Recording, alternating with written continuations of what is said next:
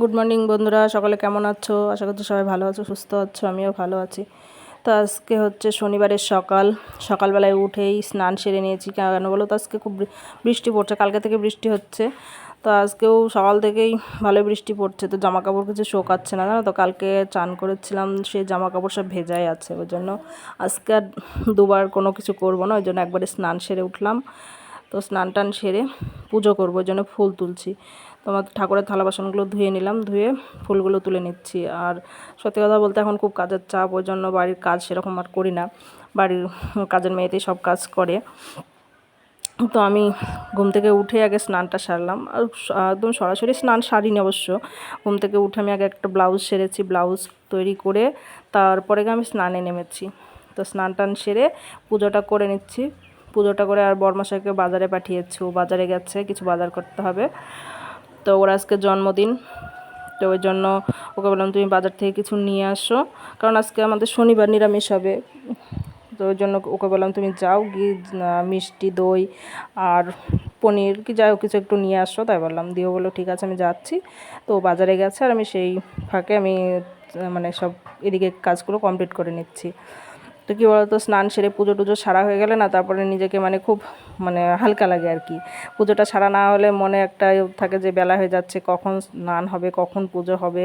মনে একটা কেমন একটা কোনো কাজ করে শান্তি পায় না। তো পুজোটা সারা হয়ে গেলে আর কোনো চিন্তা থাকে না, তখন একটু কোনো কিছুতে একটু দেরি হলেও কিছু মনে হয় না। তো সব এদিকে পুজোটাও সারা হয়ে গেল, সব কাজ আমার সারা হয়ে গেল।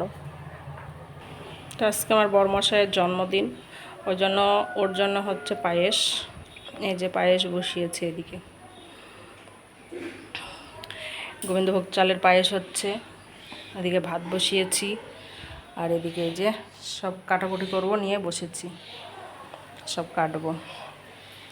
এখনও কিছু ব্যবস্থা হয়নি, বর বাজারে গেছে, এখনও আসেনি। তো দেখি বাজার থেকেও কী নিয়ে আসে।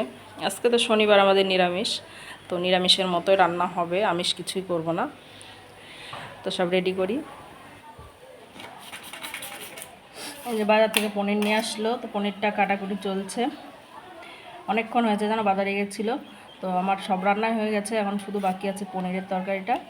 তো কাবলি ছোলা আর মটরটা সেদ্ধ বসিয়ে দিয়েছি, আর এদিকে পনিরটা কাটা হচ্ছে, তারপরে রান্না করে নেব।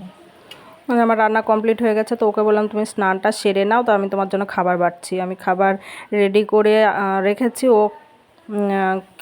তারপরে এসে খেয়ে নিল, তারপরে আমরাও খেয়ে নিলাম। খাওয়া দাওয়া সেরে বসলাম একটু, বসার পরে দেখতে একটা পার্সেল এলো। তো পার্সেলটা নিয়ে আসলাম, নিয়ে এসে খুলছি। অনেকগুলোই অর্ডার করা আছে, বা কী এসছে সঠিক জানি না। তো ওই জন্য পার্সেলটা খুলে দেখছি কি আছে। তো দেখলাম আমি একটা মালা অর্ডার করেছিলাম, সেটাই এসেছে। তো মালাটা সত্যি খুব সুন্দর লাগছে, খুব ভালো লাগছে। এর আগে একটা মালা অর্ডার করেছিলাম, এসেছিলো, তো রং টং ওঠা কেমন এসেছিলো, ভালো আসেনি। তো এবারও ভয়ে ভয়ে অর্ডার করেছিলাম, তো দেখছি না, খুব সুন্দর, একদম খুব ভালো লাগছে, বেশ মন পছন্দ একদম। তো বন্ধুরা, আজকে ব্লগটা এখানে শেষ করছি, আবার দেখা হচ্ছে পরের ব্লগে। বাই।